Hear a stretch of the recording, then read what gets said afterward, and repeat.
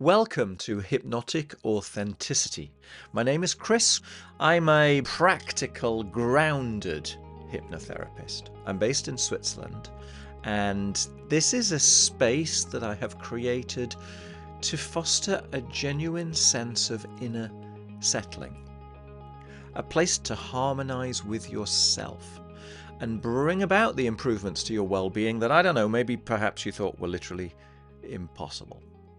So my episodes are an invitation to reconnect with all that is alive inside you, to examine the stories that you live your life by, and to maybe soften the edges of what it is that you believe yourself to be in order to create a bigger, broader, more expansive sense of your personal agency and your personal understanding.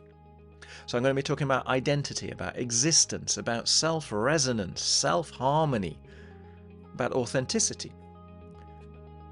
And that'll all be wrapped up with a sprinkling of hypnosis or guided meditation to help you settle, to help you align and return to yourself. So if you're ready, take a breath and let's begin. I'm going to do a video about your human needs and about your values as a way of introspecting about what you consider to be the most important things in your life. And the reason I'm doing a video about this is because a lot of people are not actually aware of what their human needs are and what their values are. They've never really considered it. And it can be really illuminating because you find the drivers to some of the automatic responses and reactions that are just going on in your life. So we'll do human needs first, and then we'll talk about values afterwards.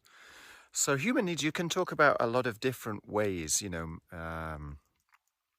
We talk about scientifically this pyramid of human needs, where at the bottom is your basic sustenance and safety and housing and all these things, going up to more spiritual needs. Before I got into hypnosis, I learned coaching with Tony Robbins' gang. And Tony Robbins talks about human needs in a very interesting way, I think, a very useful way, which is to consider some of the fundamental human needs as being in conflict with each other. And so at some point we have made a probably unknowing decision as to which of those human needs are more important to us, and they therefore lead us in certain directions in our life. So he talks about, first of all, your need for security, obviously, your need to feel safe, your need to have sufficient cash, to have a home, to have food in the fridge, to have warmth, shelter, and so on. Protection. But that the more safe and comfortable you feel, eventually it gets to the point where you feel a bit bored, a bit predictable. And so the flip side of that, another human need, is the need for variety.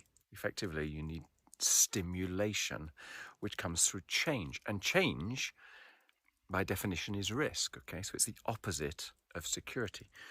So we need that stimulation of variety in order to make life interesting.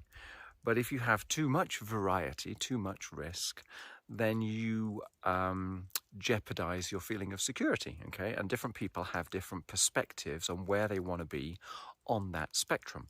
So you come to a choice, right, as to how much security you need and how much variety you need. So that's two. Next two are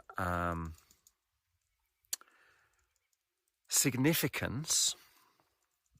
So this feeling that there is something about you which is unique, important, relevant, that you have a voice, you have something to contribute to the world which is specific to you.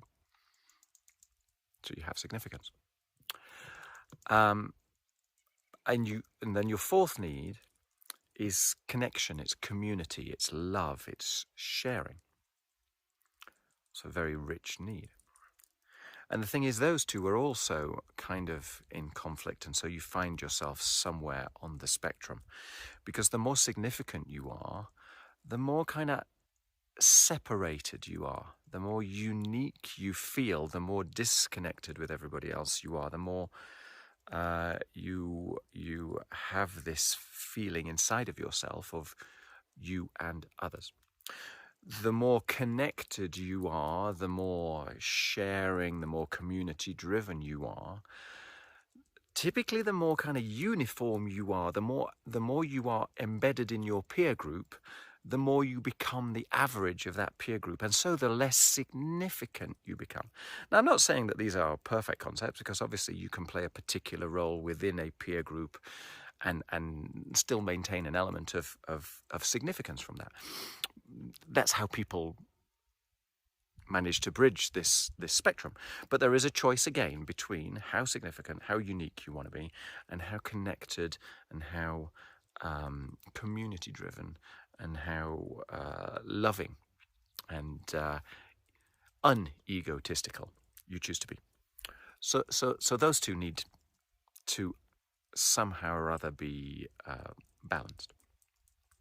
When people have got to the point where they are sufficiently in understanding of those four, then you can consider your two higher needs, which are growth and contribution. So growth, personal experimentation, personal expansion, learning new stuff, understanding yourself, understanding your human needs, your values. And then contribution, contributing back, serving society. And those two are your higher needs because they are very fulfilling. They have a sense of something higher than ourselves involved in them. So you get more meaning from life when you start to tap into growth and contribution. Okay? So that's one way of looking at yourself. And then another way to look at yourself is through your values. And sometimes this can be more illuminating than looking through your human needs. So the values are the concepts which you hold most dear. There will be a few of them which you consider to be absolutely inviolable. Okay, there'll be a few that you consider to be nice to haves, and there'll be a few that you consider to be kind of irrelevant to your particular perspective. And you'll find that different aspects of your life have different alignment with your values. So in certain aspects of your life, work life, family life, relationships, fun, play, family, all these kind of, if you want to categorize broadly, you'll find that different parts each of those different components will be more or less aligned with your values. And it can be extremely illuminating to have a look at which ones are and which ones aren't. Because you may find that is the whole reason. I just did a video on procrastination. You may find that that's the whole reason why you're procrastinating. Because what it is that you think you want to do is way out of line with your values. Okay, so how do you identify your values? The easiest ways that I can think of, when do a value journal, okay? At the end of the day, review the day, review your feelings, and consider these particular moments, these staccato moments. If there are moments when you feel a sense of injustice, right, that something is not fair, and it doesn't have to be to you, it can be to anything that you observe. If you have a strong sense of injustice,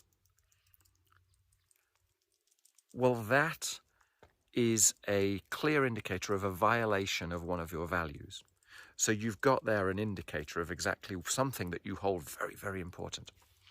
Another way is to consider the moments in your day when you just felt like you. Moments when you felt like you were in flow, that things were just effortless, that they were just running well. There'll be also the moments where you are living life aligned by your values.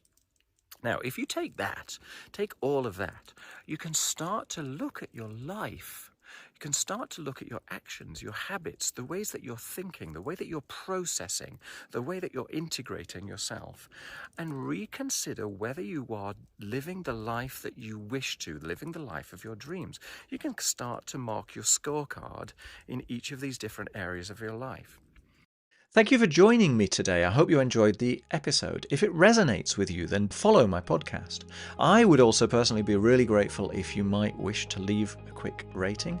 It genuinely helps others to discover the podcast. If you personally would like more guided meditations, you want some deeper insights, you'll find all my links in the description. If you prefer a more visual boost, then you might want to check out my YouTube channel called Authentic Life Hypnosis. And if you're looking to do some deeper work that goes beyond one-way audio, then obviously you're very welcome to reach out. Equally, if you have any questions, I'm here to help. Thank you for listening, and I'll see you in the next episode.